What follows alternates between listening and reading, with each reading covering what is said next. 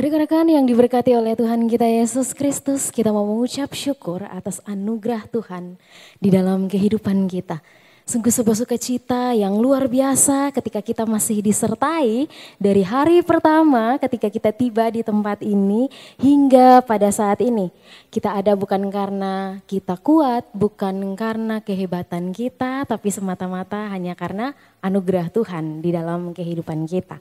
Dialah batu penjuru kita, hanya dari Dialah keselamatan kita. Ada amin? Amin. Mensyukuri kebaikan Tuhan yang telah kita terima. Saya mengajak rekan-rekan semua berdiri.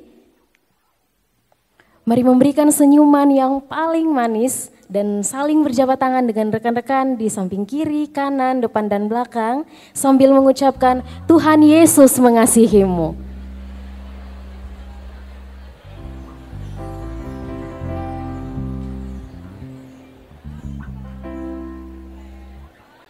Tuhan Yesus mengasihi saya dan saudara semua. Masih dalam keadaan berdiri, mari sama-sama kita memuji Tuhan dengan nyanyian bersorak.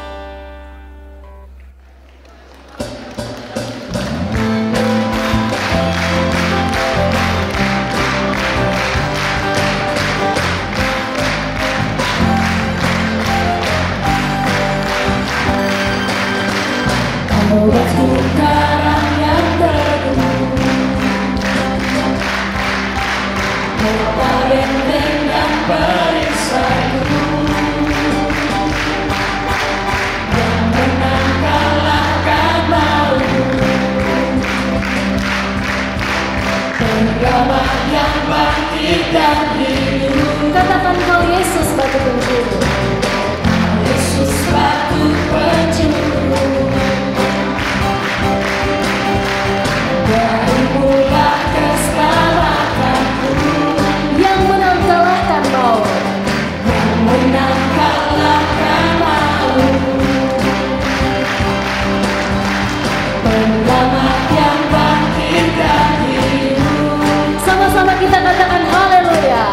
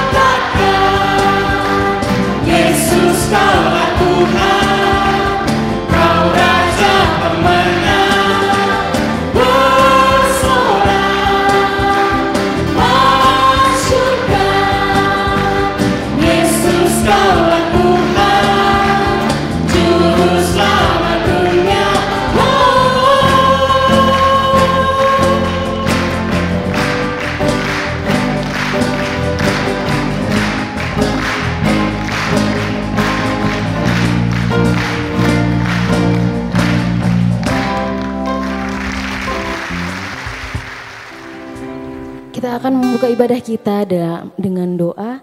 Untuk itu mari sama-sama kita ada di dalam doa. Kita berdoa. Puji dan syukur kami naikkan ke hadapan hadirat-Mu Tuhan karena atas anugerah-Mu di dalam kehidupan kami. Kami ada saat ini bukan karena kekuatan dan kehebatan kami Tuhan, tapi karena anugerah Tuhan di dalam kehidupan kami. Tiba saatnya bagi kami Tuhan akan memulai ibadah eksposisi 2 pada sesi ini. Tuhan Yesus mari memberkati, biarlah semuanya boleh berjalan dari awal, pertengahan, hingga boleh berakhirnya dengan baik. Ini doa dan permohonan kami Tuhan, ampuni segala dosa dan kesalahan kami. Karena hanya di dalam nama anak-Mu Yesus Kristus, kami datang dan berdoa kepada Bapa di dalam kerajaan sorga. Haleluya, amin. Rekan-rekan disilahkan duduk kembali.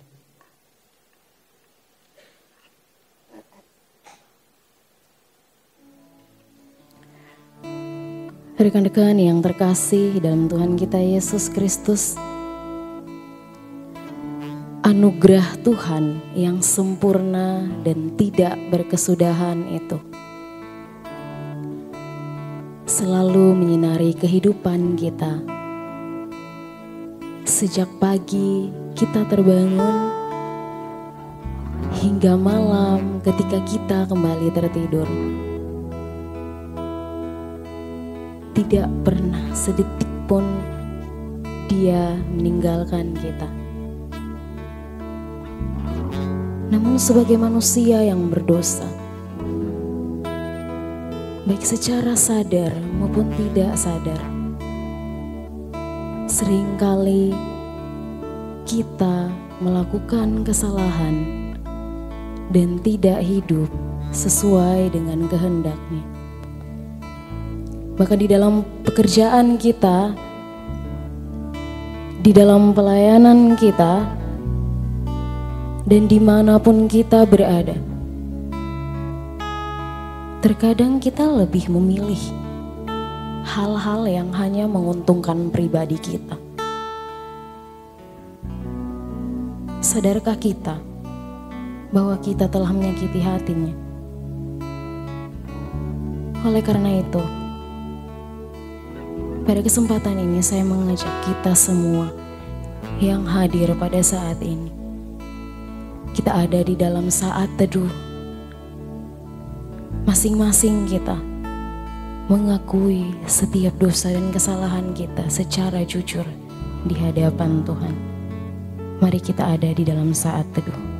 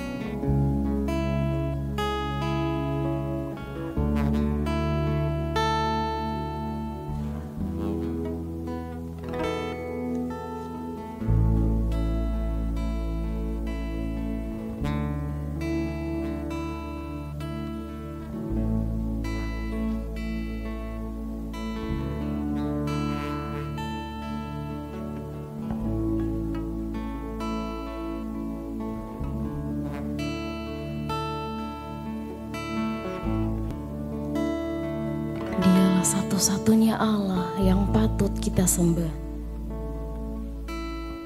Mari kita menyembah Dia di tempat yang maha tinggi dengan menaikkan pujian, Yet not I but through Christ in me.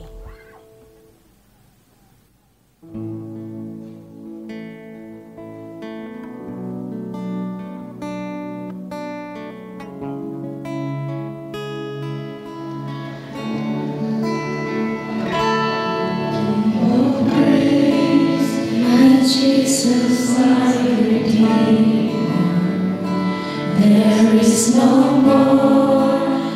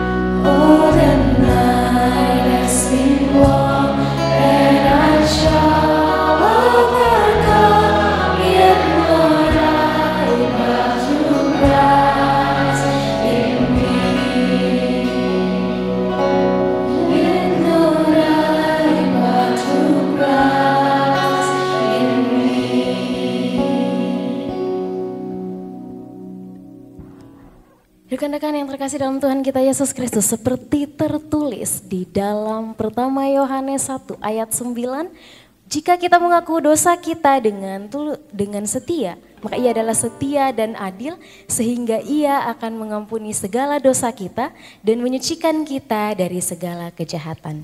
Kita akan sama-sama masuk dalam pemberitaan firman Tuhan. Kita akan dibukakan tentang bagaimana kita sebagai anak-anak Tuhan dapat bekerja dengan unggul dan konsisten dan berintegritas dalam menjalankan tugas panggilan yang telah Tuhan percayakan kepada kita.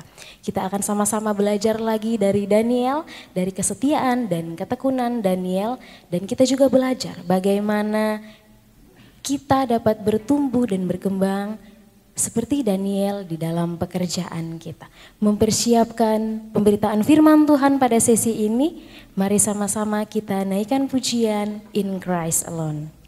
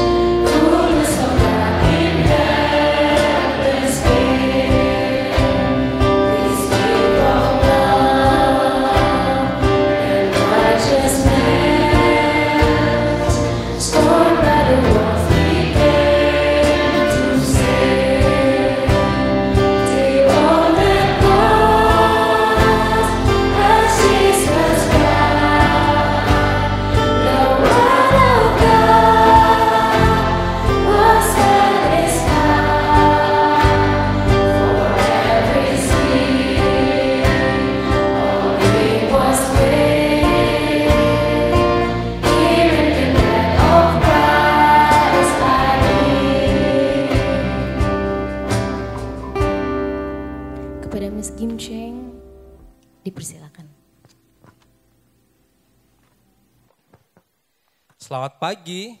Sekalipun saya bukan Miss Kim Cheng, izinkan saya berdiri di pagi ini ya, di tempat ini. Terima kasih. Teman-teman, semua sehat? Sudah sarapan? Yang sudah sarapan berdiri, yang belum sarapan duduk. Wah, belum semua loh, masih ada yang duduk. Teman-teman panitia bisa bantu mereka kali gitu ya. Kasihan, silakan duduk teman-teman. Sebelum kita mulai eksposisi kita pagi hari ini, seperti kemarin kita punya sedikit aktivitas begitu ya, untuk membawa kita, menolong kita, mempersiapkan kita sampai kepada apa yang mau kita pelajari bersama-sama di pagi hari ini. Teman-teman bisa siapkan gadget teman-teman, kita akan terlibat bersama-sama di dalam aktivitas kita pagi hari ini. Gitu ya. Kita punya satu pertanyaan di Mentimeter, silakan teman-teman join di sana, ada kodenya sudah muncul di situ. Sambil mempersiapkan diri, saya mau ajak teman-teman untuk membayangkan pahlawan bagi teman-teman itu seperti apa. Pahlawan bagi teman-teman itu seperti apa. Ya, yang kalau kamu menemukan orang dengan kualitas seperti itu, kamu akan langsung bisa bilang, ini pahlawan. Setidaknya, ini pahlawanku. Gitu misalnya. Seperti apa? Nah pagi hari ini, teman-teman sudah terhubung di sana, teman-teman diajak untuk melihat dan meresponi satu pertanyaan ini. Kalau kamu diminta untuk memilih seorang atau satu sosok pahlawan bagi Indonesia atau bagi hidupmu saat ini, apa itu 5 kualitas yang seorang pahlawan mesti punyai? 5 kualitas yang harus dimiliki oleh seorang pahlawan bagimu dan bagi Indonesia. Jadi kalau kayaknya angka countingnya sudah sampai 300 kita ini ya, tutup dulu. Maksudnya kita akan beralih kepada waktu berikutnya. Sedikit lagi sampai di angka 300. Berintegritas kayaknya masih bertahan di tengah-tengah, berani, jujur, rela berkorban, setia, itu ada di situ terus gitu ya.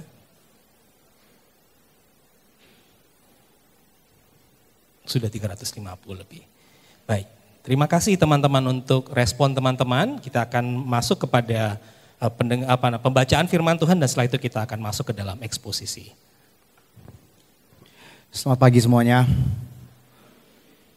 Mari kita buka Alkitab kita dari Daniel pasal yang ke-6. Gua Singa. Darius orang Media menerima pemerintahan ketika ia berumur 62 tahun. Lalu berkenanlah Darius mengangkat 120 wakil-wakil raja atas kerajaannya. Mereka akan ditempatkan di seluruh kerajaan. Membawahi mereka diangkat pula 3 pejabat tinggi dan Daniel adalah salah satu dari ketiga orang itu. Kepada merekalah para wakil-wakil raja harus memberi pertanggungjawab supaya raja jangan dirugikan. Maka Daniel ini melebihi para pejabat tinggi dan para wakil raja itu. Karena ia mempunyai roh yang luar biasa dan raja bermaksud untuk menempatkannya atas seluruh kerajaannya. Kemudian para pejabat tinggi dan wakil raja itu mencari alasan dakwaan terhadap Daniel dalam hal pemerintahan. Tetapi mereka tidak mendapatkan alasan apapun atau sesuatu kesalahan. Sebab ia setia dan tidak ada didapati sesuatu kelalaian atau sesuatu kesalahan padanya. Maka berkatalah orang-orang itu, kita tidak akan mendapat suatu alasan dakwaan terhadap Daniel ini, kecuali dalam hal ibadahnya kepada Allahnya. Kemudian bergegas-gegaslah para pejabat tinggi dan wakil raja itu menghadap raja serta berkata kepadanya, Ya Raja Darius, kekallah hidup tuanku. Semua pejabat tinggi kerajaan ini, semua penguasa dan wakil raja, para menteri dan bupati telah mufakat supaya dikeluarkan kiranya suatu penetapan raja dan ditetapkan suatu larangan agar barang siapa yang dalam 30 hari menyampaikan permohonan kepada salah satu dewa atau manusia kecuali kepada tuanku, ya raja, maka ia akan dilemparkan ke dalam gua singa. Oleh sebab itu, ya raja, keluarkanlah larangan itu dan buatlah suatu surat perintah yang tidak dapat diubah menurut undang-undang orang Media dan Persia yang tidak dapat dicabut kembali. Sebab itu, Raja Darius membuat surat perintah dengan larangan itu. Demi didengar Daniel bahwa surat perintah itu telah dibuat, pergilah ia ke rumahnya. Dalam kamar atasnya ada tingkap-tingkap yang terbuka ke arah Yerusalem. 3 kali sehari ia berlutut, berdoa serta memuji Allahnya seperti yang biasa dilakukannya. Lalu orang-orang itu bergegas-gegas masuk dan mendapati Daniel sedang berdoa dan bermohon kepada Allahnya. Kemudian mereka menghadap raja dan menanyakan kepadanya tentang larangan raja. Bukankah Tuanku mengeluarkan suatu larangan supaya setiap orang yang dalam 30 hari menyampaikan permohonan kepada salah satu dewa atau manusia kecuali kepada Tuanku, ya raja, akan dilemparkan ke dalam gua singa?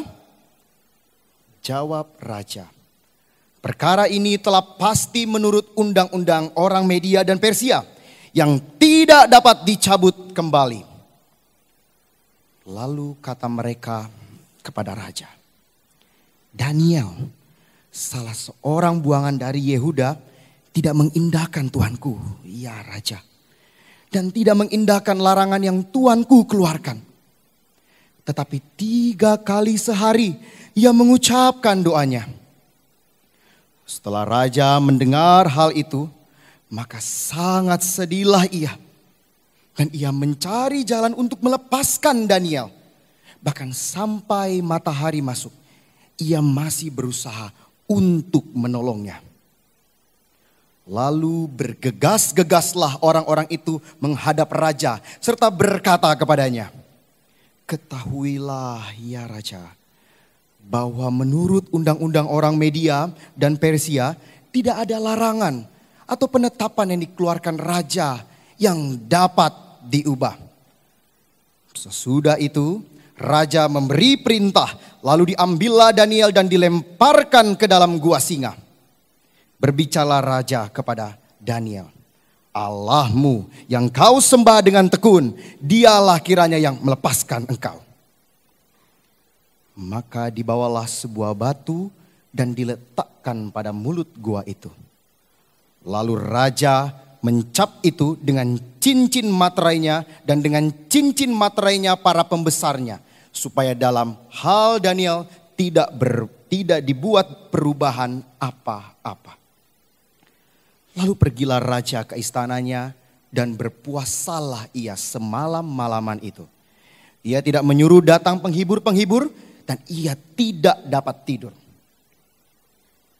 Pagi-pagi sekali ketika fajar menyingsing, bangunlah raja dan pergi dengan buru-buru ke gua singa. Dan ketika ia sampai di dekat gua itu, berserulah ia kepada Daniel dengan suara yang sayu. Berkatalah ia kepada Daniel, Daniel, hamba Allah yang hidup, Allahmu yang kau sembah dengan tekun, telah sanggupkah ia melepaskan engkau dari singa-singa itu? Lalu kata Daniel kepada raja, ya raja, kekalah hidupmu. Allahku telah mengutus malaikatnya untuk mengatupkan mulut singa-singa itu, sehingga mereka tidak mengapa-apakan aku. Karena ternyata aku tak bersalah di hadapannya, tetapi juga terhadap Tuanku, ya raja.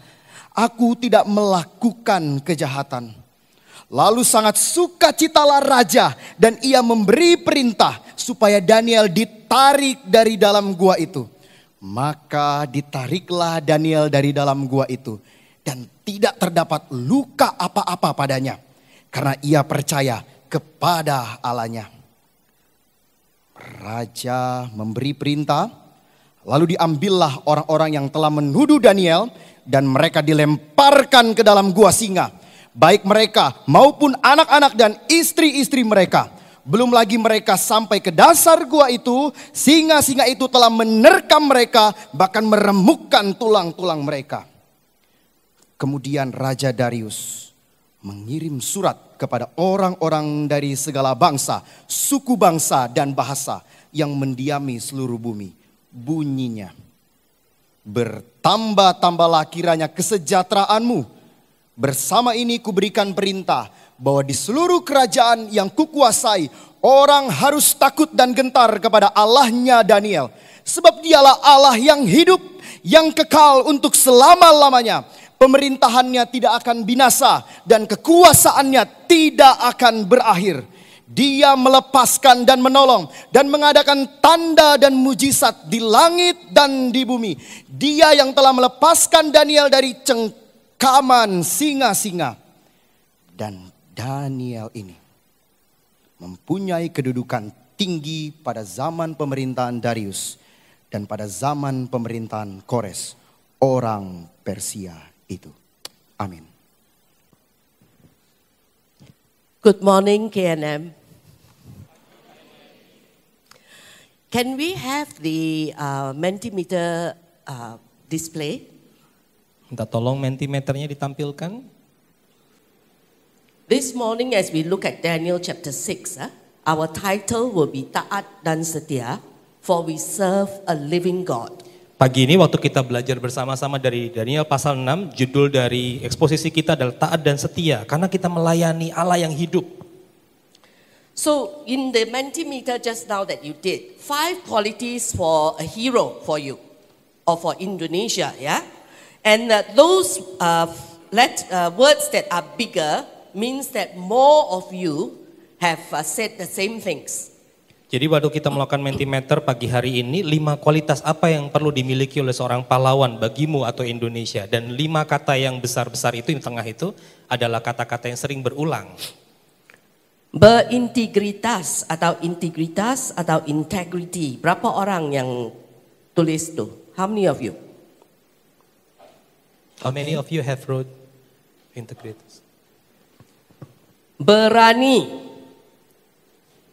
Brave, courageous. Ya. Okay.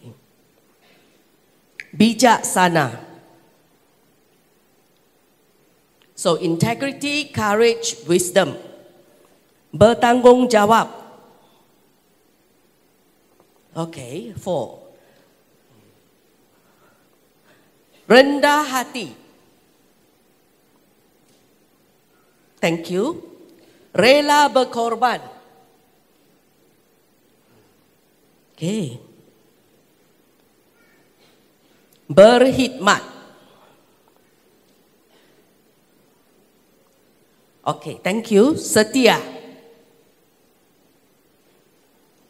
Thank you. We will keep this, all right? So I hope the team will take a screenshot of this and you may want to reflect on this. What does it mean to have such a hero? And whether we really have a hero with all of these qualities. Ya? Kita akan simpan ini, semoga panitia bisa simpan gambarnya, lalu itu bisa menjadi refleksi bagi kita. Seperti apa buat kita kalau kita memiliki pahlawan seperti ini? Atau punahkah kita pahlawan yang mungkin memiliki semua kualitas ini? Let us go to God in prayer. Mari kita berdoa. Jesus, it is in you alone that we have hope. Yesus, di dalam Engkau sajalah kami memiliki pengharapan. And so Lord, we ask this morning, you come through and show us your hope. Karenanya kami berdoa pagi hari ini Engkau hadir di tempat ini dan menyatakan kepada kami pengharapan itu. Let the words of our mouth and the meditations of our hearts be acceptable to you, our God and our Redeemer. Biarlah kata-kata kami dan juga perenungan hati kami berkenan di hadapan-Mu, penebus kami. In Jesus' name we pray. Dalam nama Yesus kami berdoa. Amen. Amin.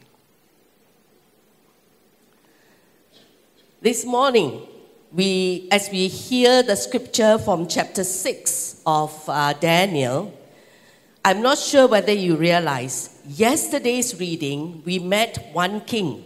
And what is the name of that king? Nebuchadnezzar. Right? Such a long name, huh? But then, Indonesian names are also very long. So maybe Nebuchadnezzar is Indonesian. Do you think? Menurut orang Indonesia kan Nebukadnezar karena namanya panjang seperti orang-orang Indonesia. So yesterday was King Nebuchadnezzar. And today what is the name of the king? Kemarin Nebukadnezar, siapa nama raja hari ini? King Darius. Darius. Can we have the PowerPoint and change slide? You know, we realize that with this from Nebuchadnezzar to King Darius, there is a change of empire. Sekarang kita melihat bahwa waktu pergantian dari Nebukadnezar kepada Darius, kita melihat ada pergantian kerajaan. It is no longer Babylon in power. In fact, Babylon has fallen. Bukan lagi Babel yang berkuasa, bahkan Babel sudah runtuh. This morning, saat teduh, your quiet time, you read from chapter 5. And at the end of chapter 5, we read that Belshazzar, king of Babylon, was slain. Di saat terdengung pagi hari ini dari Daniel pasal yang kelima kita melihat bahwa di akhir dari pasal 5 itu Raja Belshazzar, Raja Babel itu dibunuh. Power has shifted from the Babylonian Empire to that of the Middle Persian Empire. Kekuasaan telah beralih dari kerajaan Babel kepada kerajaan Media dan Persia. Do you know that the prophet Habakkuk says this in chapter 3? He says, I will wait patiently for the day of calamity to come on the nation invading us. Apakah teman-teman tahu kalau Nabi Habakuk berkata soal itu di dalam pasal yang ketiga bahwa Tuhan itu menantikan menanti-nantikan bahwa akan ada keruntuhan dari Babel itu, ada pergantian kekuasaan itu. And this nation he was talking about is the nation of Babylon. Dan kerajaan yang ia katakan adalah soal kerajaan Babel. And today, that day of calamity has finally come. Dan hari ini, hari kemalangan itu telah tiba. Now, there is some confusion. Is it Cyrus, the king of Persia, or is it Darius, the king of Persia? Jadi ada kebingungan, siapa yang menjadi raja Persia sebenarnya? Apakah Koresh atau Darius? If you are confused, you are in a good place. Kalau kamu bingung, kamu ada di tempat yang baik sebenarnya. Because even the scholars are confused. Bahkan para ahli, para sarjana pun bingung dengan itu. Some scholars believe that Cyrus and Darius is actually the same person. Ada sebagian yang percaya bahwa Darius dan Koresh itu adalah orang yang sama. That Cyrus is his Persian name and Darius is his Median name. Bahwa Koresh itu adalah nama Persianya dan Darius adalah nama Medianya. Just like Daniel is his Jewish name and Belteshazzar is his Babylonian name. Sama seperti Daniel adalah nama Yahudinya, sedangkan Belshazzar adalah nama Babelnya. And Indonesians also have many names, right? Dan orang Indonesia juga punya banyak nama, bukan? You have Indonesian name, you have a nickname, and some of you have some other names.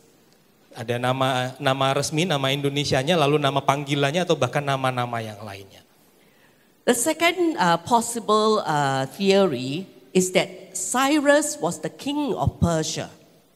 Teori yang kedua yang mungkin adalah bahwa Raja Koresh adalah Raja Persia.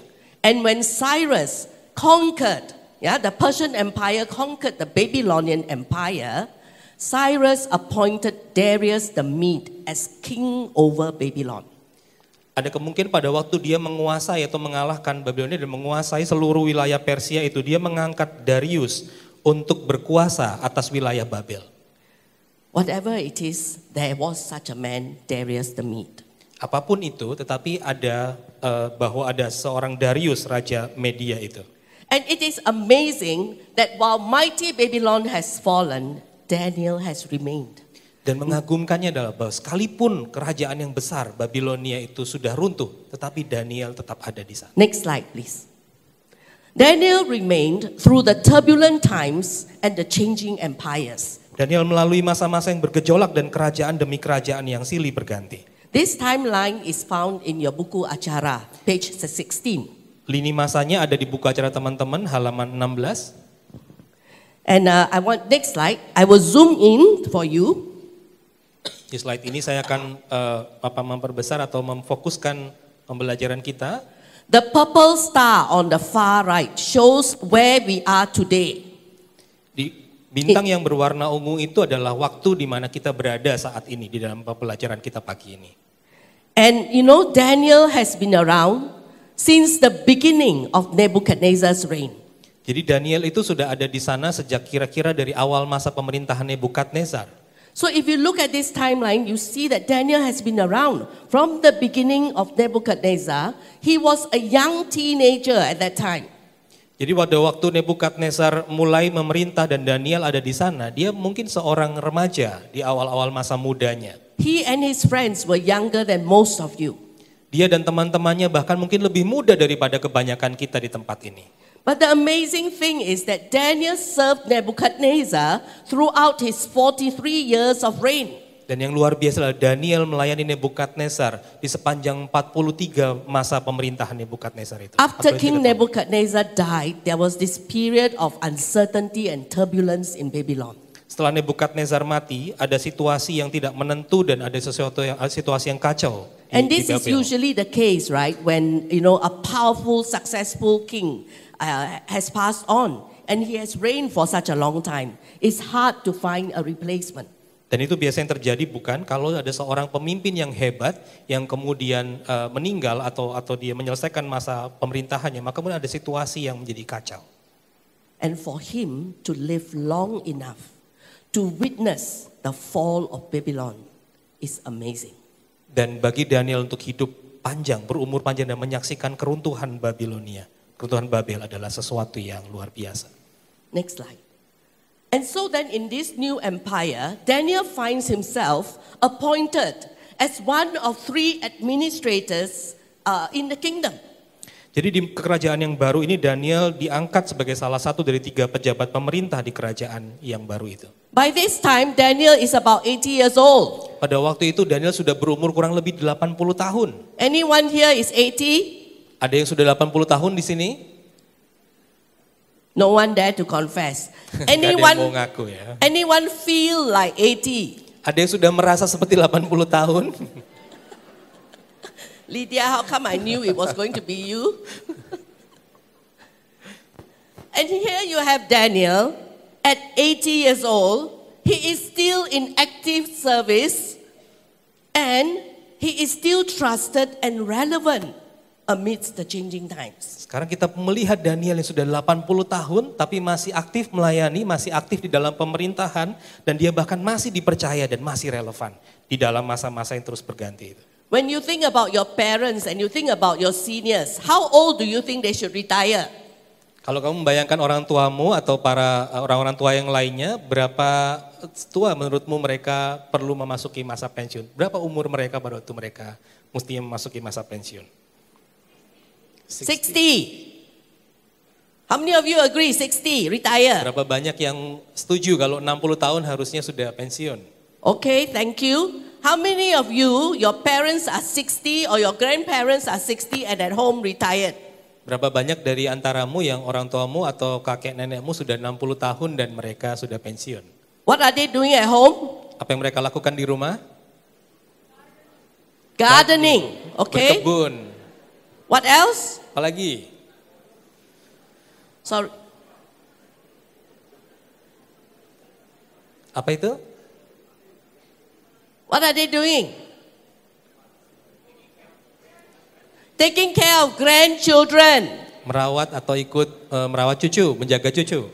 Inikah rencana Tuhan? Inikah rencana Tuhan? University, then you work and then you take care of grandchildren. Kalau masuk universitas jadi mahasiswa lalu bekerja dan setelah itu merawat cucu. Apakah itu rencana Tuhan? There are many parents who are very smart now. Ada banyak orang tua yang sudah sangat pandai sekarang ini. They tell their children, when I retire, I want to enjoy life. You find someone else to take care of your children. Waktu aku pensiun, aku mau menikmati hidupku. Kamu cari orang lain untuk merawat cucu. You know, last time, the students in Malaysia, they take the Bible so literally, you know. You know, the Bible says, a person lives to the age of 70, which is about 70 years old. Yeah? Beberapa waktu yang lalu saya bertemu dengan mahasiswa, ada orang-orang di Malaysia yang membaca Alkitab dengan sangat literal. Alkitab berkata bahwa usia kita sampai 70 tahun. So when you think about 70 years old, at what age do you think a person has a midlife crisis? Jadi kalau kita melihat pada 70 tahun itu, kira-kira umur berapa seorang akan mengalami midlife crisis atau krisis paruh baya? How old? 35. 35 tahun, Are you sure? 40. 40 tahun.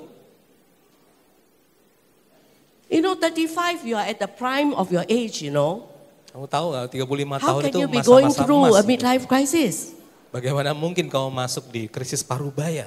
And have you ever heard of the saying, life begins at 40? Pernah kamu dengar istilah hidup baru dimulai usia 40 tahun? My policy is if a person is able to do meaningful work, as long as the person is able, let the person work. Kebijakanku adalah kalau seorang masih bisa melakukan pekerjaan yang bermakna gitu ya, seberapapun usianya biarkan dia melakukan pekerjaan yang bermakna. And they can still do that after 60. Maybe they don't have to work as hard. Mungkin mereka bahkan bisa melakukannya setelah 60 tahun, tetapi mungkin bebannya perlu dikurangi. But you know, as long as they can do meaningful work, let them work. Tapi selama mereka masih bisa melakukan pekerjaan yang bermakna itu, izinkan mereka, berikan kesempatan untuk melakukan pekerjaan itu.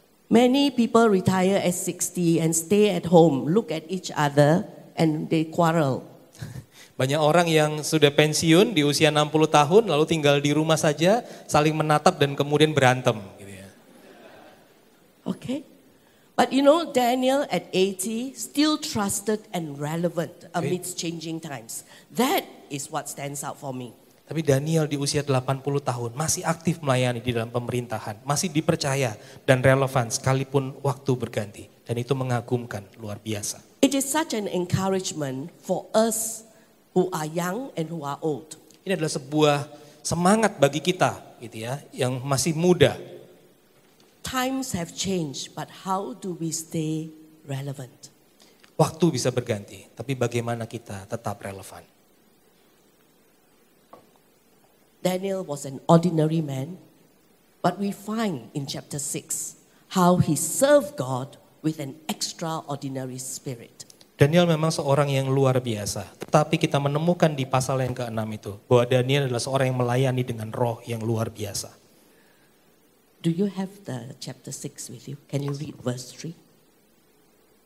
We want to read verse 3 of chapter 6. Ayat yang ketiga dari pasal yang ke-6. Membawahi mereka diangkat pula 3 pejabat tinggi, dan Daniel adalah salah satu dari ketiga orang itu. Kepada merekalah para wakil-wakil raja harus memberi pertanggungan jawab, supaya raja jangan dirugikan.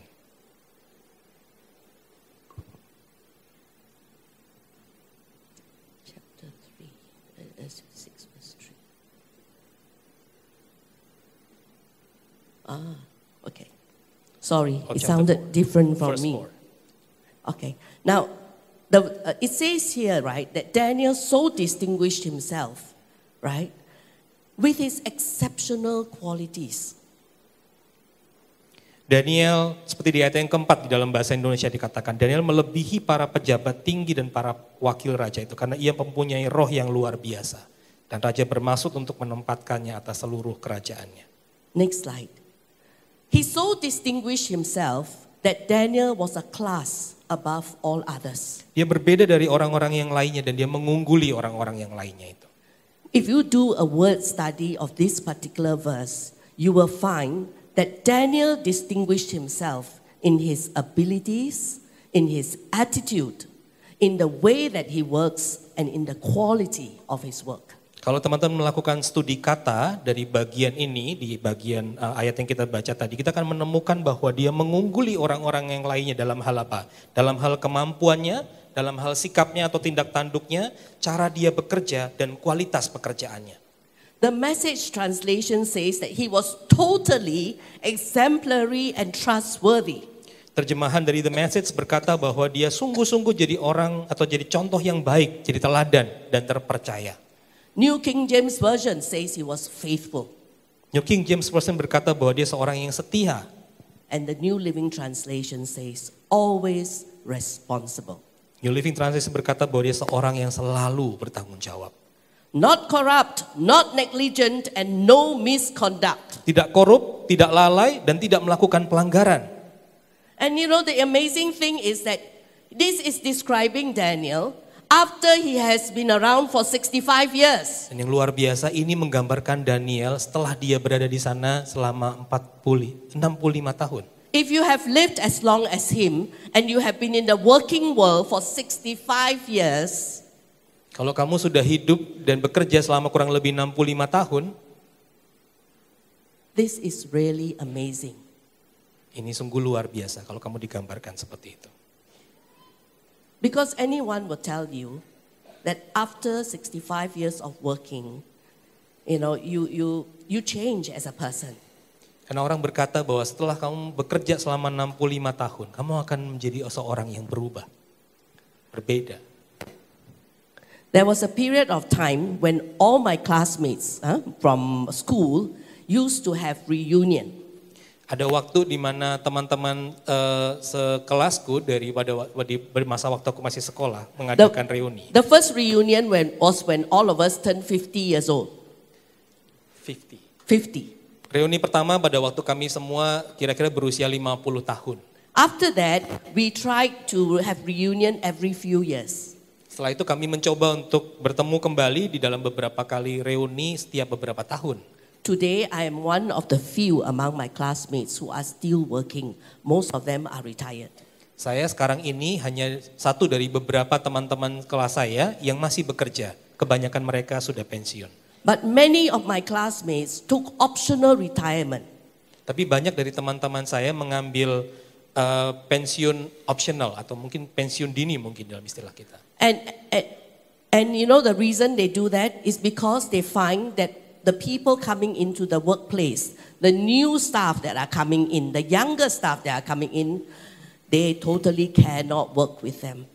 Alasan mereka memilih langkah itu adalah ketika banyak staf baru, orang-orang yang lebih muda datang ke tempat pekerjaan mereka dan menjadi bagian dari tim mereka, mereka tidak bisa bekerja bersama-sama dengan orang-orang yang lebih muda itu. So there is a lot of complaint from people who are at executive and management level about the younger generation that comes in. There is a huge gap and there's a change. There's a different attitude to work altogether. There's a different way of working. Ada banyak keluhan-keluhan dari tingkatan manajemen tentang orang-orang muda yang masuk ke dalam tempat pekerjaan itu, bahwa mereka bekerja dengan cara yang berbeda, punya sikap yang berbeda. And so they find that no, this is not for me. I quit. Dan kemudian mereka memilih atau memutuskan bahwa saya tidak lagi cocok di tempat itu. Saya memilih berhenti. So for me, Daniel really is exceptional. Jadi buat saya Daniel sungguh-sungguh luar biasa. Next slide. Daniel we see him there, this description of him at 80. But what we discover in his story is that all throughout his life, he has been outstanding and faithful. Kita sudah melihat tadi bahwa dia memasuki usia lanjut di dalam pelayanannya. Tetapi kita menemukan bahwa dia seorang yang sungguh-sungguh setia dan luar biasa. At the beginning of his exile, when he finished his training in Babylonian literature and writings, he was found to be so gifted and so favored by God, right? Di awal dari masa pembuangannya, pada waktu dia menyelesaikan masa-masa pelatihan yang kurang lebih 3 tahun itu, kita menemukan bagaimana dia dikenal sebagai seorang yang penuh dengan talenta, seorang yang cerdas, luar biasa. That when the king himself tested them, there was none found equal to Daniel and his friends. Dan bahkan ketika raja sendiri menguji mereka, gitu ya, tidak ditemukan orang-orang yang sepadan atau setara dengan Daniel dan kawan-kawannya. We also find in the course of the story many instances where only Daniel could, the rest could not. Dan kita juga menemukan berbagai contoh di dalam kisah-kisah yang kita baca di Daniel itu bahwa hanya Daniel yang sanggup untuk tugas-tugas tertentu, yang lainnya tidak bisa. But instead of becoming proud, Daniel points the kings to the living God. Tapi alih-alih ia menjadi sombong, Daniel justru membawa atau menolong para raja itu untuk melihat kepada Allahnya yang hidup. In chapter 2, when King Nebuchadnezzar had a dream, Di only Daniel could tell him what the dream was, as well as to tell him the meaning of the dream. Di pasal yang kedua waktu Raja Nebukadnezar memiliki mimpi atau mendapatkan mimpi, hanya dia yang bisa mengartikan, memberitahukan mimpi itu dan bahkan mengartikannya secara langsung. But for Daniel, it is God who reveals mysteries. Tapi bagi Daniel itu adalah karena Tuhan yang menyingkapkan misteri-misteri itu. In chapter 4, the king has another dream. Di pasal yang keempat, Raja memiliki mimpi yang lainnya, dia mendapatkan mimpi yang lain. And again, it was only Daniel who could interpret the meaning of the dream. Dan sekali lagi hanya Daniel yang bisa mengartikan makna dari mimpi itu.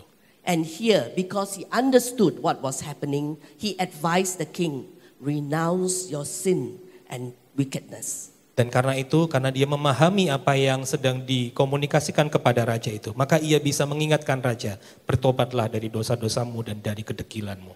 In chapter 5, you saw how only Daniel could interpret the writings on the wall. Di pasal yang kelima kita menemukan bahwa hanya Daniel yang bisa mengartikan pertulisan yang di dinding itu bagi Raja Belshazzar. And to this king, King Belshazzar, who really does not give any weight to Daniel's God, Daniel says this, the God who holds you, who holds in his hand your life. Dan kepada Raja Belshazzar yang sama sekali tidak menghormati Allahnya Daniel itu. Daniel berkata, Tuhanlah yang menggenggam hidupnya di tangannya. So he outclassed all others, and he has been outstanding and faithful all the way. Jadi dia melampaui orang-orang yang lainnya, mengungguli orang-orang yang lebih unggul dari orang-orang yang lainnya. And now in this story, what we find is that he stands alone against this group who claims that they represent everybody, yeah? But they are actually 120 minus 1. Jadi sekarang di kisah yang kita baca di pasal yang ke-6 ini, kita menemukan Daniel yang berdiri sendiri dan menjadi berbeda di hadapan sekelompok orang yang berkata bahwa mereka mewakili mayoritas orang gitu ya. Tapi sebenarnya mereka mewakili hanya diri mereka sendiri. 120 dikurangi 1, Daniel. Daniel was just minding his own business and he was keeping his daily appointment with the Lord. Daniel itu sedang hanya ngurusin dirinya sendiri, nggak ngurusin orang lain gitu ya. Dan dia terus menerus setia kepada jadwalnya dia untuk berdoa kepada Tuhan. Every day, we are told, 3 times a day, he goes to the window facing Jerusalem and he prays to God. Kita diberitahu bahwa 3 kali sehari Daniel masuk ke rumahnya untuk berdoa, mengarahkan dirinya ke arah Yerusalem untuk berdoa kepada Allah. Even this can make people, think of bad things, huh? Bahkan hal itu, hal yang seperti baik itu gitu ya, bahkan bisa menyulut seseorang untuk memikirkan hal-hal yang buruk. So is it a crime to pray, my friends? Apakah ini sebuah tindakan kriminal, sebuah kejahatan kalau kita berdoa? But these people wanted the king to make it a crime. Tapi orang-orang ini menginginkan raja kemudian menjadikan berdoa itu sebagai sebuah tindakan kriminal. This group of 120 minus 1 is the power of the majority. Jadi kelompok yang berisi dari 120 kurang 1 ini adalah kelompok mayoritas. They claim to speak for everyone. Mereka mengklaim dirinya menjadi perwakilan atau berbicara atas nama semua orang. But really they are the voice of evil intent. Tetapi sesungguhnya mereka berbicara dengan niat jahat. Mereka mewakili suara dari niat jahat. They want to plot revenge against Daniel. Mereka merencanakan pembalasan kepada Daniel. And then they want to plot lies and trickery to trap the king. Mereka juga merencanakan kebohongan dan pembodohan bagi raja. Is this only happening in Daniel's time? Apakah ini hanya terjadi di masa Daniel? My friends, you are about to step into the working world. Teman-teman, kamu akan segera memasuki dunia kerja. Politics in the workplace is a real thing. Politik di dunia kerja adalah sungguh-sungguh nyata. In campus, you find that you have friends who share the same concerns. Di kampus kamu akan menemukan orang-orang yang punya kegelisahan yang sama. But when you go out into the working world, you may find that it is a very lonely journey. Tapi waktu kamu masuki dunia kerja, kamu akan menemukan bahwa itu sebuah perjalanan yang sunyi, sepi, sendirian. Competition, envy, kompetisi, kedengkian, striving for recognition and power, upaya untuk mendapatkan pengakuan dan kekuasaan, the lure of money, godaan uang, the lure of sex, godaan seks, the lure of power. dan godaan dari kekuatan, kekuasaan. All of this is not just out there in the big bad world. Dan hal-hal ini tidak hanya ada di luar sana, di dunia yang buruk dan kejam itu. all of this is also very real in Christian ministry. Hal-hal itu juga bahkan sangat nyata di dalam pelayanan Kristen. So if you think that it is better to serve God and work in church or in a Christian place, you are in for some great shock. Jadi kalau kamu berpikir bahwa lebih baik bekerja di tempat yang aman, di tempat pelayanan, bekerja di dalam sebuah lembaga gerejawi misalnya begitu ya, kamu akan terkejut teman-teman. These things happen in Christian ministry among Christians when our focus is on ourselves. Hal-hal itu terjadi di dalam pelayanan Kristen, di tengah-tengah atau di antara orang-orang Kristen. Waktu kita mementingkan hanya kepentingan diri kita sendiri. When our focus is no longer on the Lord who called us to serve Him in the first place. Waktu fokus kita bukan kepada Tuhan yang memanggil kita untuk melayaninya. This group today and the group that we saw yesterday is a contrast. Kelompok yang kita temukan pagi ini dan kelompok yang kita pelajari kemarin adalah dua kelompok yang kontras, kelompok yang sangat berbeda. Yesterday we saw the three friends and they were a community for good. Kemarin kita menemukan kelompok dari tiga teman gitu ya, tiga orang yang berteman dan itu sebuah kelompok yang yang baik, yang bagus. Today this group of 120 minus 1 is a group that is up to no good. Hari ini kita menemukan kelompok dari 120 minus 1 dan itu udah sebuah kelompok yang tidak baik. I think of you as young people, young men and women about to step into the working world. Teman-teman adalah orang-orang muda, pria dan wanita muda yang akan segera memasuki dunia kerja. I'm not sure whether some of you have already done internship in the workplace. Huh?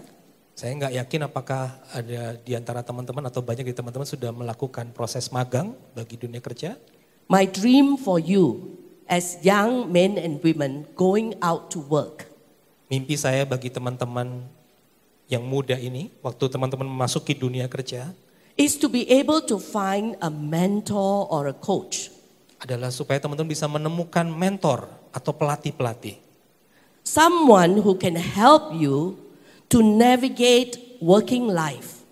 Orang-orang yang bisa menemani teman-teman, menolong teman-teman melewati perubahan-perubahan hidup, memasuki dunia kerja itu. And to navigate workplace relationships. Dan untuk menolong teman-teman bisa mengatasi relasi-relasi, hubungan-hubungan di dalam dunia kerja itu. Maybe 1 year, 2 years at least. Mungkin 1 atau 2 tahun kurang lebih. Because I have heard many stories. Karena aku mendengar banyak kisah. Eager to please the boss and being subjected to sexual harassment. Ada orang-orang yang ingin menyenangkan bosnya dan kemudian jatuh kepada atau mengalami pelecehan seksual. Kekerasan seksual.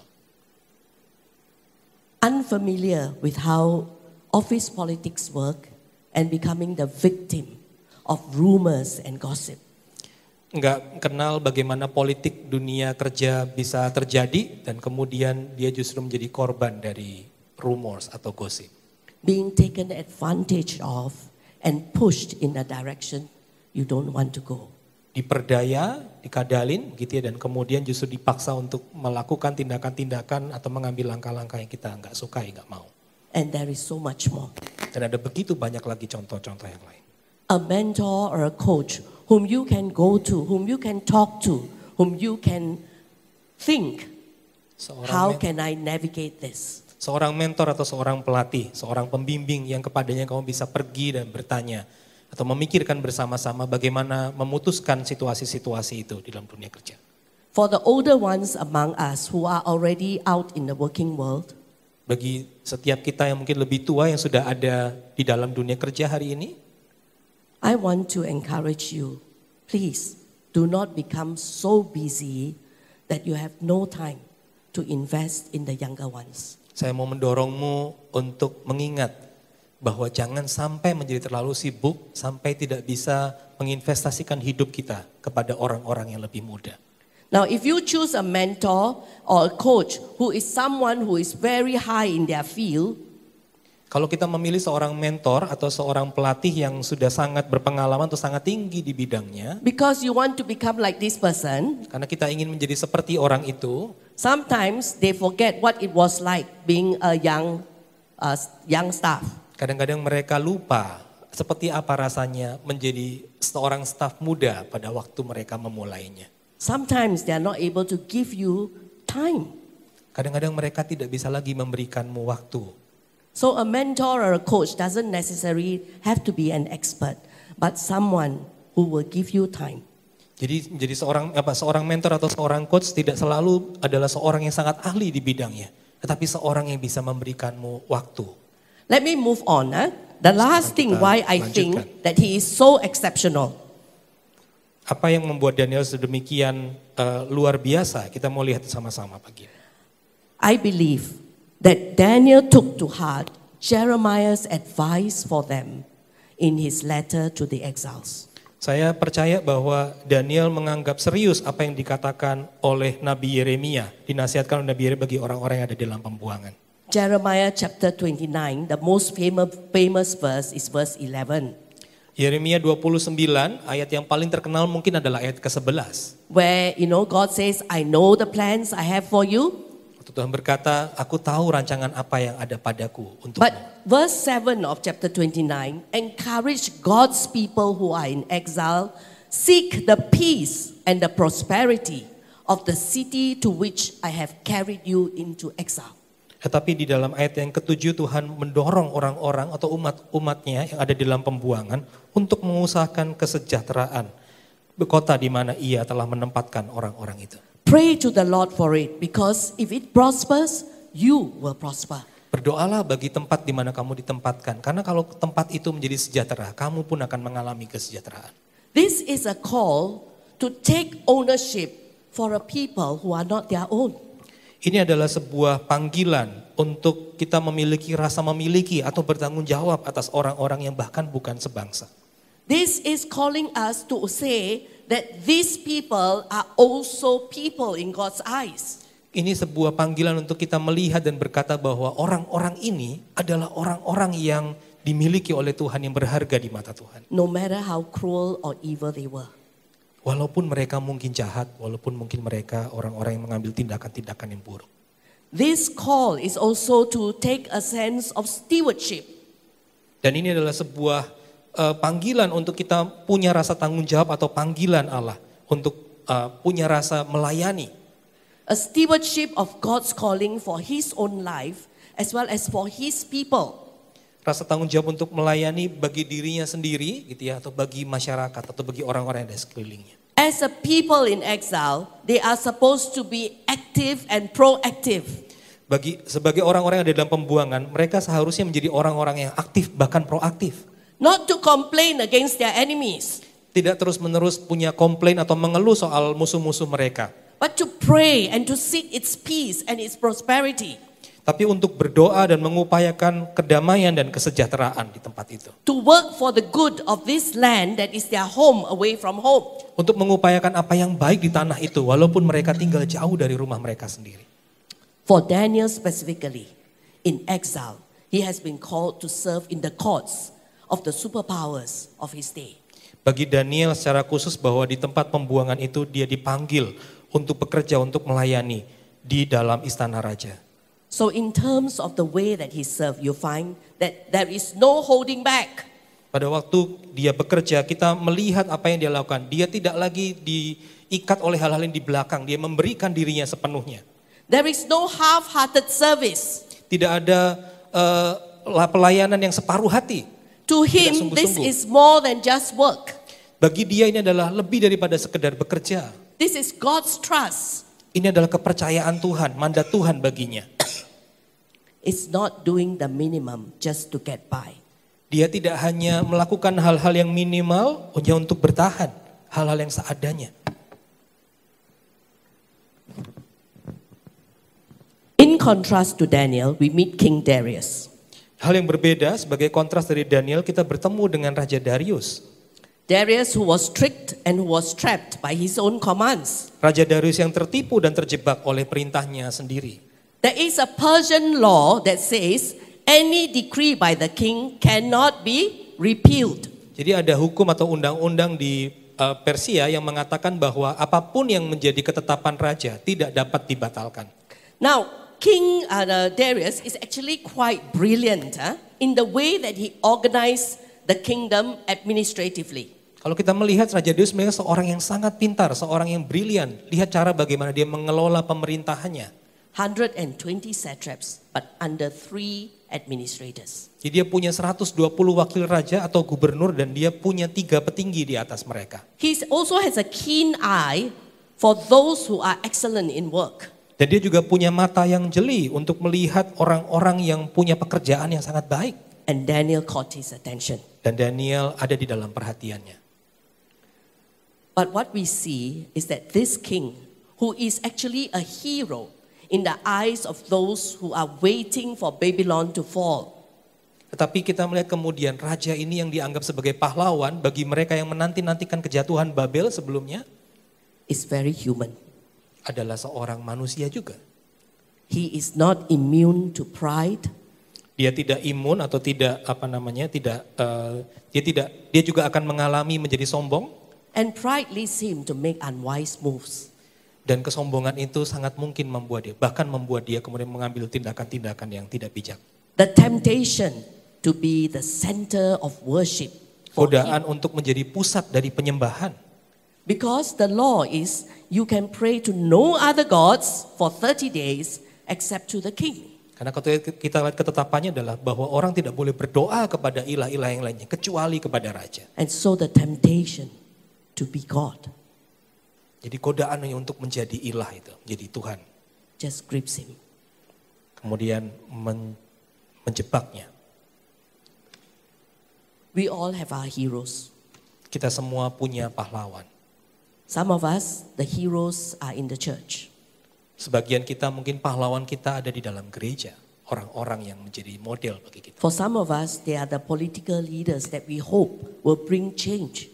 Bagi kita sebagian yang lainnya mungkin seorang pemimpin politik atau para pemimpin politik yang kepada mereka kita menggantungkan harapan kita.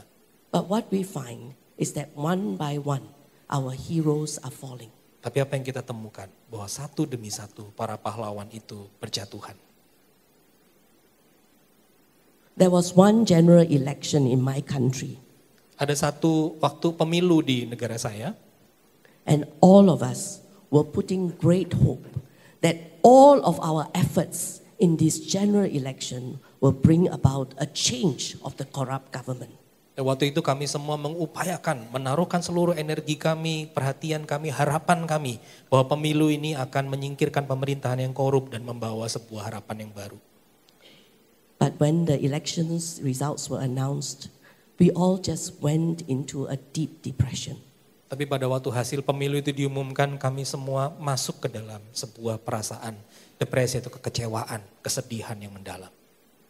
Because after everything, right, we still could not bring down the corrupt government. Bahkan setelah semua upaya yang kami lakukan, kami tidak bisa menyingkirkan pemerintahan yang korup itu. The Monday after that general election was called Black Monday. Hari Senin, hari berikutnya setelah pemilu di hari Minggu itu, bahkan disebut sebagai hari Senin yang kelam. Because for a large part of our population, it was a day of mourning. Karena bagi sebagian besar mayoritas dari masyarakat kami, populasi kami, itu adalah sebuah hari kedukaan. But God in His wisdom did not allow the change to happen in that election. Tapi bagaimana Tuhan yang begitu bijak itu sepertinya tidak mengizinkan perubahan It lewat pemilu itu. It happened in the election after that. Tapi itu terjadi kemudian di pemilu berikutnya. So my friends, when we are relying on human heroes, let us remember that leaders are put in place only by God's grace. Teman-teman, kalau kita menggantungkan harapan kita dan mempercayakan hidup kita kepada para pemimpin, kita perlu ingat bahwa hanya Tuhanlah yang menempatkan atau mengangkat para pemimpin itu. We need to keep our eyes on Him, not just on the humans. Kita perlu mengarahkan pandangan kita dan perhatian kepada Tuhan, bukan kepada para manusia. If we find our heroes falling, we need to fall on our knees and pray harder for them. Kalau kita menemukan orang-orang atau para pahlawan kita itu mulai berjatuhan, mulai tumbang, kita perlu sujud di hadapan Tuhan dan berdoa bagi mereka. When King Darius realized that Daniel has violated his decree, he was really distressed. Pada waktu Raja Darius mendapati bahwa Daniel kemudian mendapati kesusahan karena ketetapan yang ia buat, dia Scripture menjadi tells sangat us menderita. that he was so determined to find a way to save Daniel. Alkitab memberitahu kita bahwa dia begitu bersungguh-sungguh, begitu berupaya untuk menemukan jalan keluar untuk menyelamatkan Daniel. But he spent the whole day trying to find a way, and he could not. Bahkan dia menghabiskan sepanjang hari untuk mencoba mencari jalan keluar, tapi dia tidak bisa menemukannya. Finally, he had no choice but to put Daniel into the den. Akhirnya dia tidak punya pilihan kecuali memasukkan Daniel ke dalam gua singa. His words to Daniel was, "May your God, whom you serve continually, rescue you." Dan ia berkata kepada Daniel, Allahmu yang kau sembah dengan tekun, dialah kiranya yang melepaskan engkau. Because even the most powerful man in the land could not rescue him. Bahkan sebagai seorang yang paling berkuasa di tanah itu, dia tidak bisa melakukan apa-apa. That night, both the king and the lions did not eat their dinner. Dan malam itu baik raja maupun para singa di goa itu tidak ada yang makan. The next morning, when he went to the lion's den and when he called out to Daniel, do you think he expected to hear Daniel's voice? Dan pagi itu ketika dia datang ke goa singa itu, menurutmu apakah dia berharap mendengarkan suara Daniel? When he heard Daniel answering him, he was so overjoyed. Pada waktu dia mendengar Daniel menjawab apa yang menjadi perkataannya, dia begitu bersukacita. Daniel, servant of the living God. Daniel, hamba Allah yang hidup. Daniel's God is not dead. Allahnya Daniel bukan Allah yang mati. Daniel's God sent an angel to shut the mouths of the lion. Allahnya Daniel mengirimkan para malaikat untuk mengatupkan mulut para singa itu. Amazing. Luar biasa. Now, friends, we are talking about the living God. Teman-teman, sekarang kita berbicara soal Allah yang hidup itu. A living God who is not bound by any royal decree or any human failure. Allah yang hidup yang tidak terikat pada ketetapan kerajaan atau kegagalan manusia. If you and I think that we can somehow control God and determine the way He works, we better think again. Kalau kita berpikir bahwa kita bisa mengendalikan apa yang menjadi tindakan Allah atau keputusan Allah, kita perlu berpikir ulang soal itu. This God has been with Daniel since the very beginning. Allah ini sudah bersama-sama dengan Daniel sejak pada mulanya. Brought him through so many challenges and dangers. Membawa dia kepada berbagai tantangan dan bahaya. For Daniel, no one can compete for his devotion and his heart.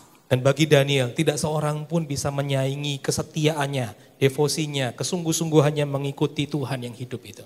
His devotion is to the living God, and not even Darius, his hero, can compete for that place. Bahwa dia menyerahkan hidupnya kepada Allah yang hidup itu, pengabdiannya hanya kepadanya.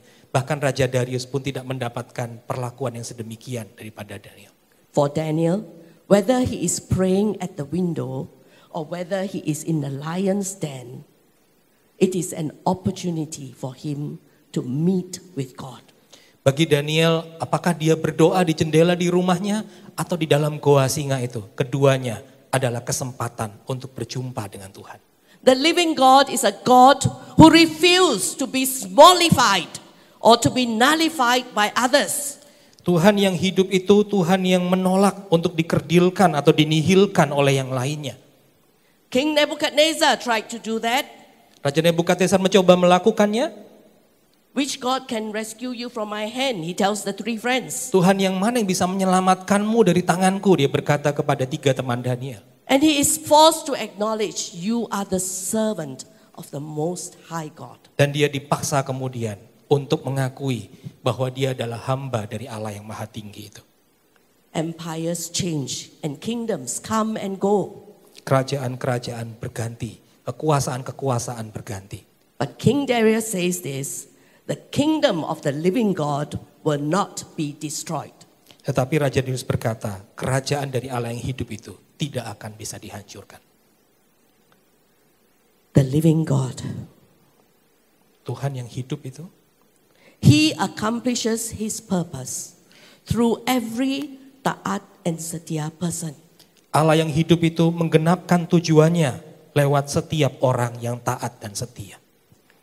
How do you think Daniel came to be? Bagaimana menurutmu Daniel bisa sampai pada tempat itu? Bisa Let me- sampai menjadi begitu. Let me tell you a little bit about Daniel's background. Saya akan memberitahu teman-teman sedikit soal latar belakang Daniel. Go back to page 16 of your buku acara. Kembalilah ke halaman 16 dari buku acaramu. Next slide, please. Yeah. And you will have this timeline. Is the one at the top. Teman-teman akan punya lini masa di atas itu.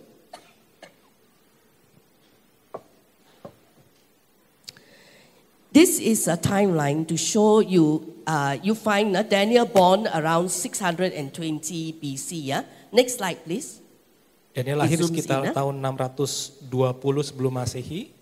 Okay. And we are now, the story is at 538 BC. Okay.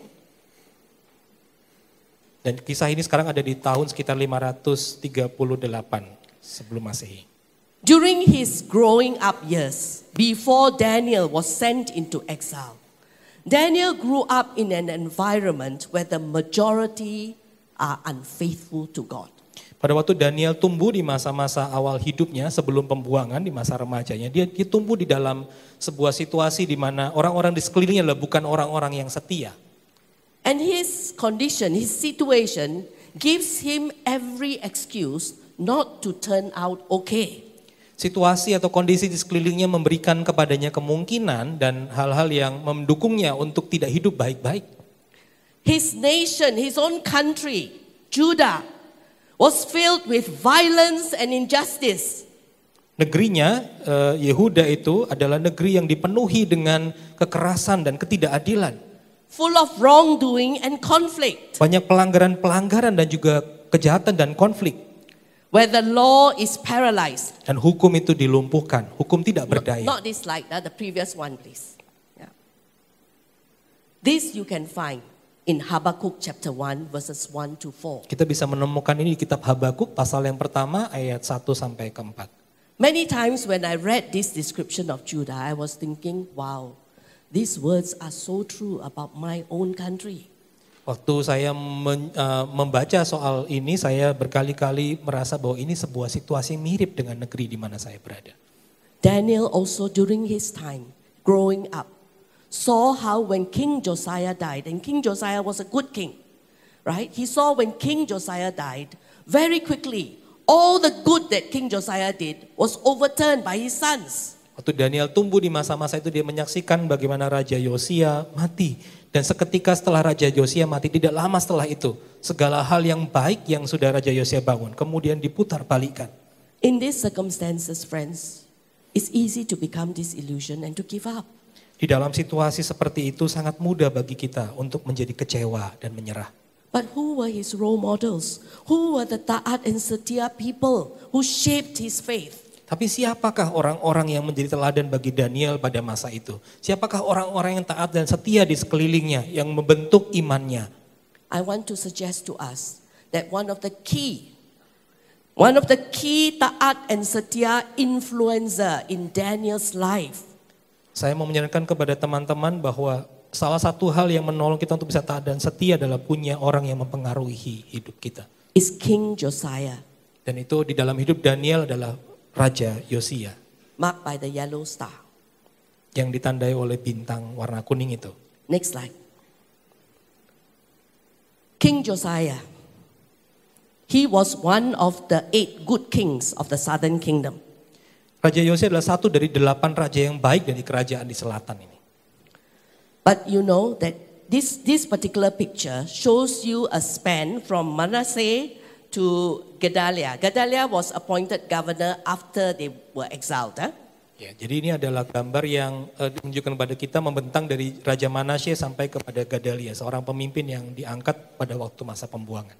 From the beginning of Manasseh to the time the people were exiled is a period of about 110 years. Waktu yang membentang dari masa Manasye sampai waktu orang-orang itu masuk ke pembuangan ada sekitar 110 tahun. In this 110 years, Josiah was the only good king. Di sepanjang 110 tahun itu, di rentang itu, Yosia adalah satu-satunya raja yang baik.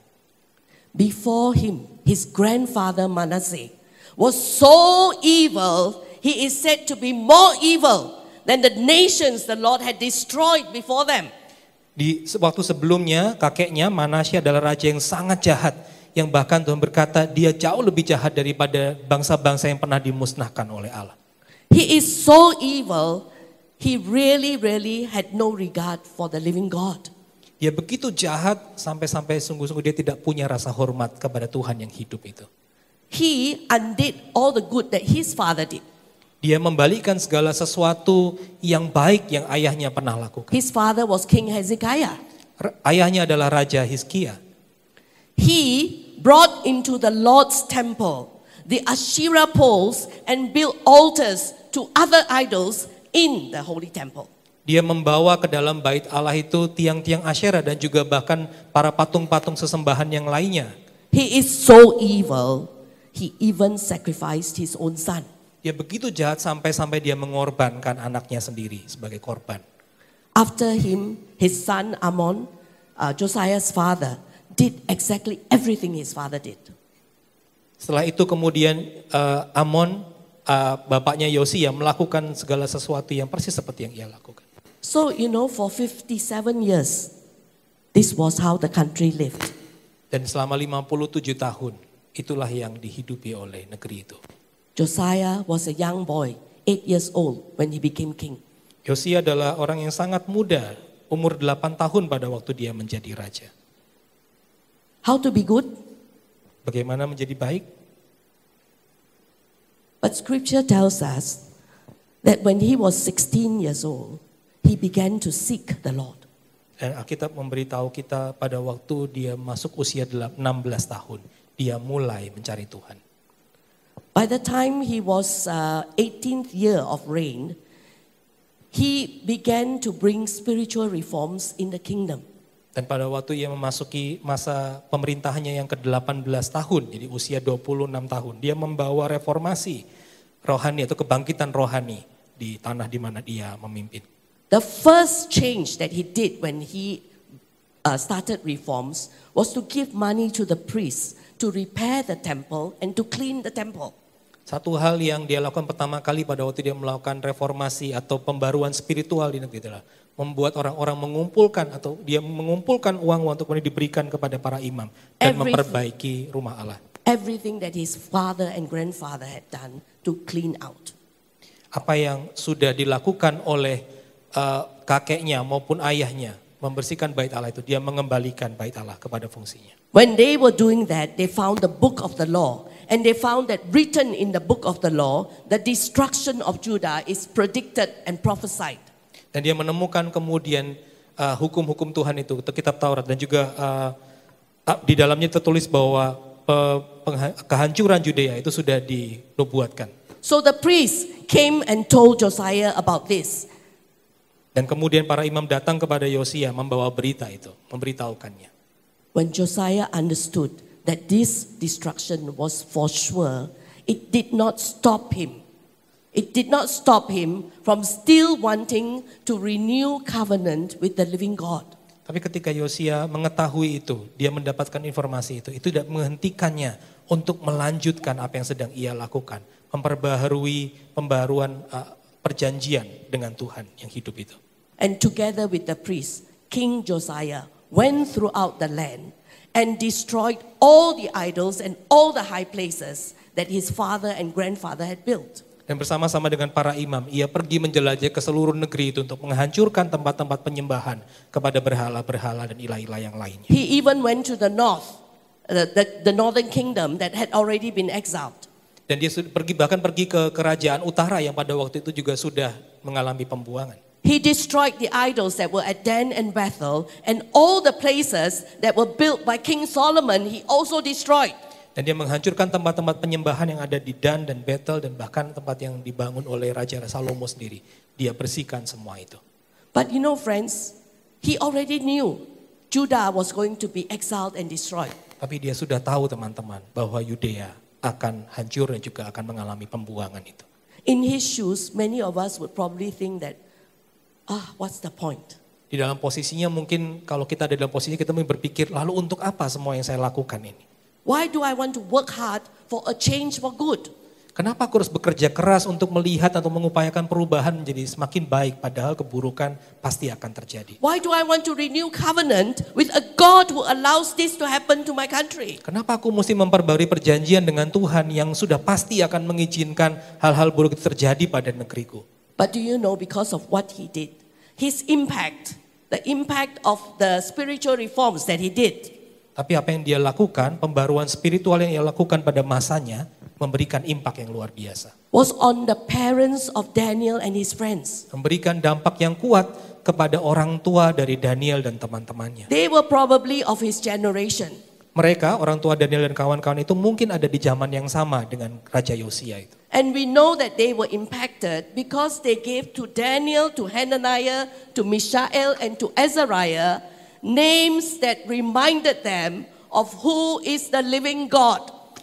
Mungkin mereka sangat dipengaruhi oleh pembaruan itu karena terbukti mereka memberikan nama kepada anak-anaknya. Kepada Daniel, Hananya, Misael, Azaria. Nama-nama yang mengingatkan mereka kepada Allah yang hidup itu. Because of Josiah, impact on the parents, impact on Daniel and on his friends. Karena Yosia itu kemudian memberikan impak kepada orang-orang tua di masanya. Orang-orang tua Daniel dan teman-temannya. Dan memberikan dampak kepada Daniel dan teman-temannya. So that these young boys, when they were thrown out of their country and when they were stripped of everything, Sehingga ketika orang-orang ini dibawa pergi dari negerinya, dirampas dari negerinya. Dan segala sesuatu yang mereka miliki dirampas oleh penjajah. even when they thought that God had abandoned them, Dan bahkan ketika mungkin mereka berpikir dan bergumul bahwa Tuhan meninggalkan mereka. we saw in chapter 1, young boys aged 14 to 16. Kita menemukan di pasal yang pertama, anak-anak muda, para remaja yang mungkin di usia 14-15 tahun, 16 They tahun. resolved not to defile themselves. Mereka memilih untuk tidak menajiskan diri mereka. Next slide. Josiah had people, prophets in his life who were Ta'at and Setia. Yosia punya para nabi di sekitarnya yang menolongnya untuk taat dan setia. Nahum, Zephaniah, and Jeremiah. Nahum, Zefanya, bahkan Yeremia. In fact, Jeremiah was almost like running alongside the king. Dan bahkan mungkin Yeremia itu seperti seorang yang berjalan di sisi raja. And for Daniel, as he went into exile, the words of Habakkuk and the words of Jeremiah remained with him. Dan bagi Daniel pada waktu ia memasuki pembuangan itu, kata-kata atau pesan yang disampaikan oleh Habakuk dan Yeremia ada bersama-sama dengan dia, menyertainya. Next slide.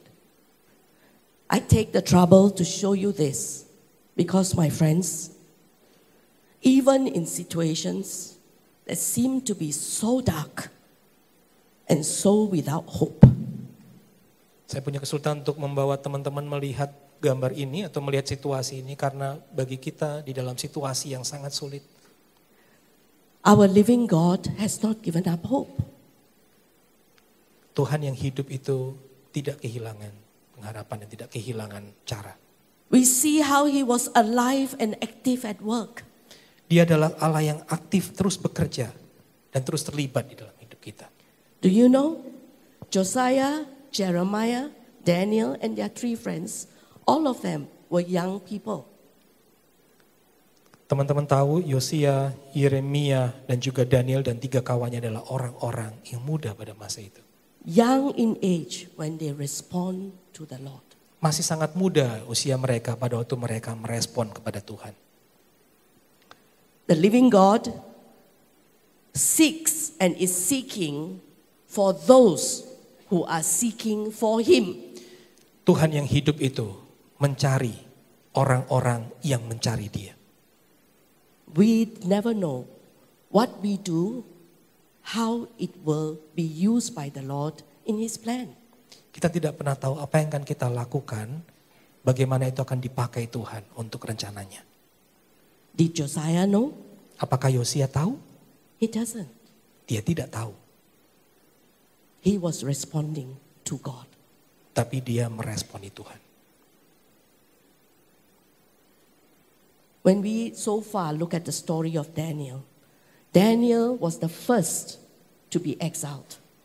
Waktu kita melihat kepada kisah dari awal Daniel, Daniel termasuk rombongan yang pertama masuk ke dalam pembuangan itu.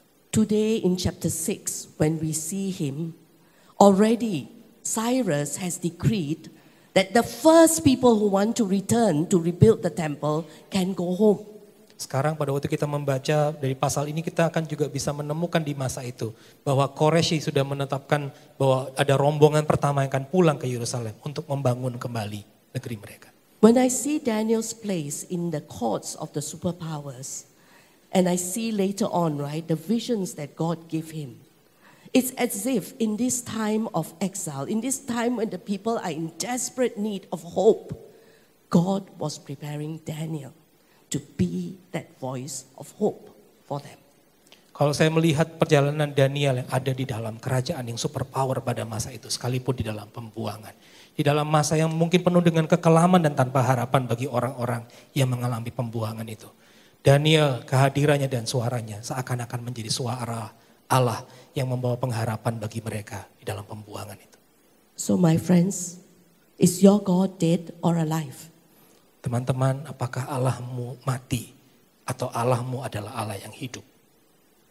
The living God is seeking for those who are seeking for him. Allah yang hidup itu mencari orang-orang yang mencari dia. Every taat and setia person counts. Setiap orang yang taat dan setia, ia cari dan berharga baginya. Let us pray. Mari kita berdoa. Tuhan, kami tergetar mendengarkan Tuhan bekerja sedemikian hebat. Di dalam satu masa, di tengah-tengah orang-orang muda, di dalam dan melalui orang-orang muda, di dalam kekelaman sejarah mereka, di tengah-tengah kesulitan mereka, di dalam hilangnya pengharapan dan masa depan bagi mereka.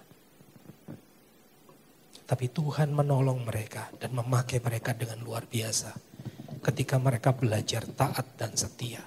Ketika mereka mencari Tuhan, tunduk kepada Tuhan, mengabdikan hidup mereka, memilih untuk setia kepadamu, Allah yang hidup itu. Percaya kepadamu yang akan bertindak dengan aktif di dalam sejarah itu dan mendatangkan kebaikan-kebaikan, perubahan-perubahan, menyatakan apa yang kau janjikan, segala sesuatu yang terbaik itu. Kami mau ya Tuhan menjadi orang-orang muda itu pada masa kini, membawa pengharapan itu di tengah-tengah negeri kami. Membawa pengharapan kepada orang-orang yang di dalam keputusasaan. Membawa pengharapan kepada orang-orang yang patah semangatnya. Membawa orang-orang yang merasa tidak ada lagi jalan keluar dan masa depan. Kami mau meresponi Tuhan. Kami mau berdiri di hadapan Tuhan. Menyerahkan diri kami. Mencari Tuhan. Supaya Tuhan menemukan kami. Dan mengutus kami kemudian menjadi suara pengharapan itu. Dalam Kristus kami menyerahkan diri kami. Amin. Amen.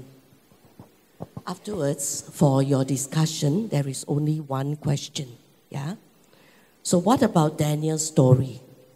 Encourage you or give you hope as you think about the future. Okay, so you share with one another and then you pray for one another. Thank you. Oke, jadi cuma ada satu pertanyaan hari ini untuk diskusi kita setelah ini. Kita teman-teman bisa membagikannya kepada teman di sebelahmu, begitu ya. Apa yang kamu pelajari gitu dari kisah Daniel hari ini yang memberikanmu pengharapan pada waktu kamu memikirkan soal masa depan. Dan kemudian akhiri di dalam doa dengan teman di sebelahmu yang kamu sharing dengannya. Thank you to Miss Kim Cheng for sharing that word of God's words to us. Thank you also to Mr. John. May God bless you in your ministry. Rekan-rekan yang terkasih dalam Tuhan kita Yesus Kristus, dunia pekerjaan adalah perjalanan yang sunyi, sepi, dan sendirian jika kita tidak berjalan bersama-sama dengan Tuhan. Banyak godaan dan tantangan yang akan menghampiri Namun kita telah belajar dari kisah Daniel untuk tetap berdiri di tengah badai kehidupan kita. Dan kita memiliki Allah yang lebih hebat dari siapapun. Meresponi akan kebenaran firman Tuhan yang telah kita dengarkan pada sesi ini, mari sama-sama kita naikkan pujian yang berkata, Engkaulah perisaiku.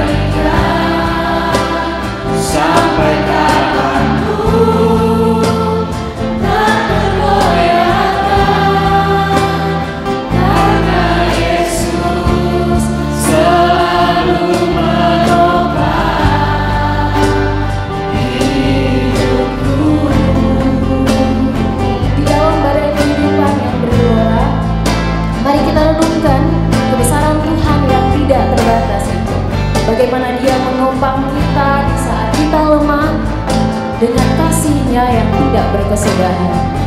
Dan Dia yang memberikan kekuatan bagi kita untuk bertahan di setiap tantangan kehidupan kita.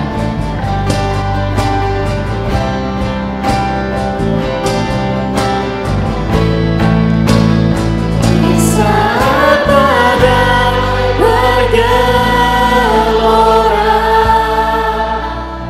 ku akan terbang bersamamu.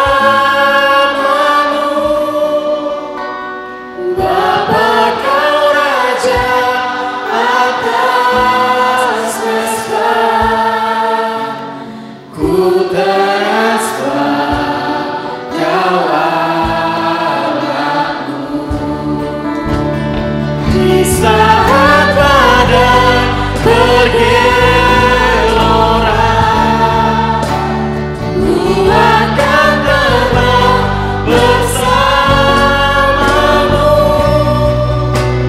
Bapa, Kau Raja atas semesta, ku transfer Kau Allahku. Ku transfer Kau Allahku. Ku transfer Kau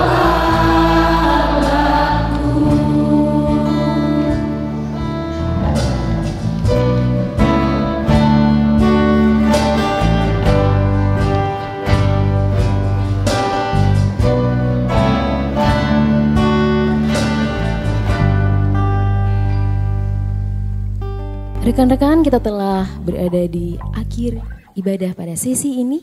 Mari kita kembali ke dalam kehidupan kita dengan terus memegang berkat firman Tuhan yang telah kita dengarkan pada sesi ini.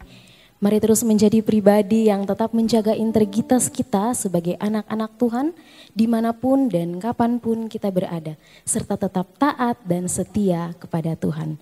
Mengakhiri sesi kita pada pagi hari ini, saya mengajak rekan-rekan berdiri. Sama-sama kita naikkan pujian yang berkata, bersinar bagai bintang.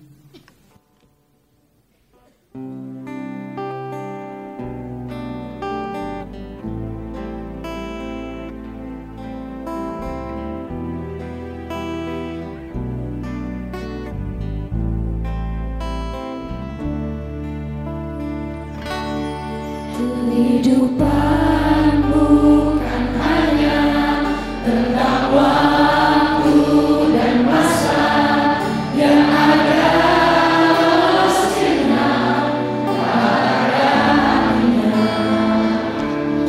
Keselamatan diberikan agar kita kembali pada panggilan Tuhan yang mulia. Ku mau setia, taat selamanya, walau dunia pergi dariku, Yesuslah segalanya bagiku. Ku mau bersinar bagai bintang cakrawala, muliakan Tuhan dalam hidup dan karya.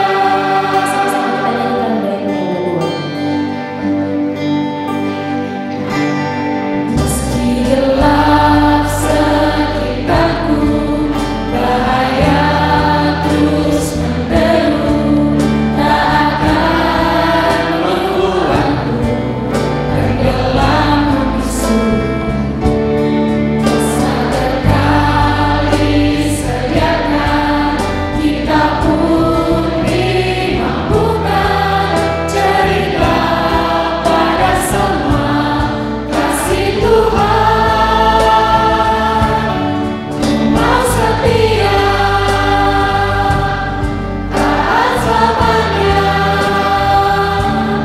walau dunia pergi dariku, Yesuslah segalanya bagiku.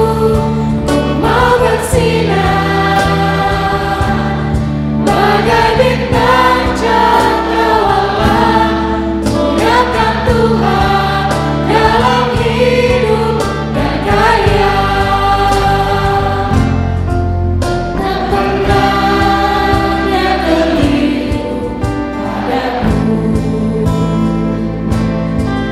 tak mungkin mundur dari janjiku.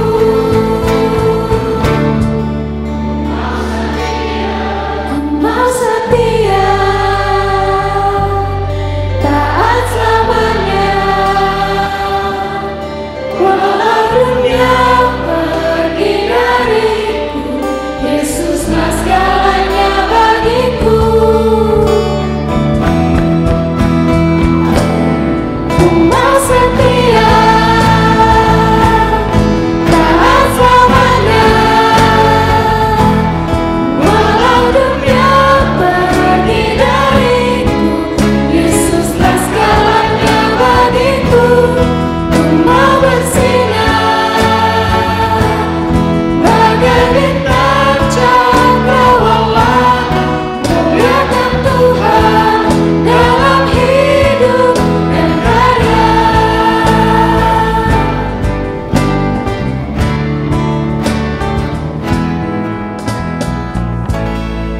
Mari kita tutup sesi kita dengan berdoa. Mari kita berdoa. Puji dan syukur kami naikkan ke hadapan hadirat-Mu Tuhan. Kami bersyukur atas tuntunan dan penyertaan-Mu di dalam kehidupan kami. Terima kasih Tuhan untuk berkat firman Tuhan yang telah kami dengar. Kami telah selesai beribadah, biarlah kami boleh kembali ke dalam kehidupan kami masing-masing dengan terus memegang berkat firman Tuhan yang telah kami dengarkan pada sesi ini. Ini doa dan permohonan kami Tuhan, kami akan lanjut dengan sesi yang berikut. Tuhan mari terus menyertai kami. Di dalam nama anak-Mu Yesus Kristus kami datang dan berdoa kepada Bapa di dalam kerajaan surga. Amin. Ibadah kita telah selesai, 1, 2, 3, Shalom.